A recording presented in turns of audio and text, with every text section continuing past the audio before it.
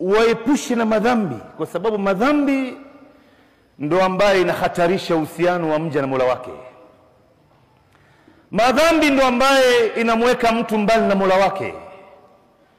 Madhambi ndo ambaye inamfanya mtu anashindwa kuamka kwa salatu al-fajri. Madhambi ndo ambaye inamfanya Muislamu leo anakula haramu.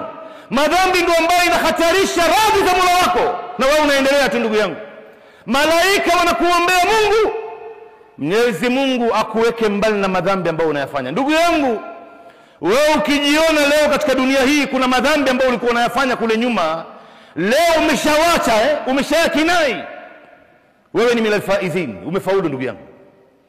Na ikiwa wewe bado kuna baadhi ya madhambi unaendelea nayo, pata kujua ndugu yangu unahatarisha.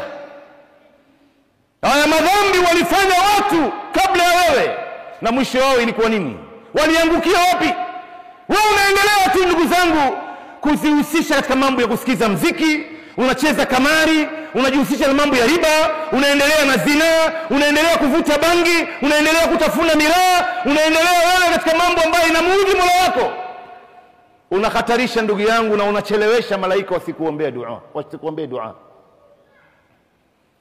Waman taqi sayyiati yawma idhin faqad rahimta, mtu yoyote ambaye atakayeacha na kuogopa madhambi, huyo ndo yumo ndani ya rehema ya Mungu. Mwenyezi Mungu anasema wadhalika huwa alfawzul azim, na mtu kuacha madhambi ndo kufaulu ilikokuwa kukubwa.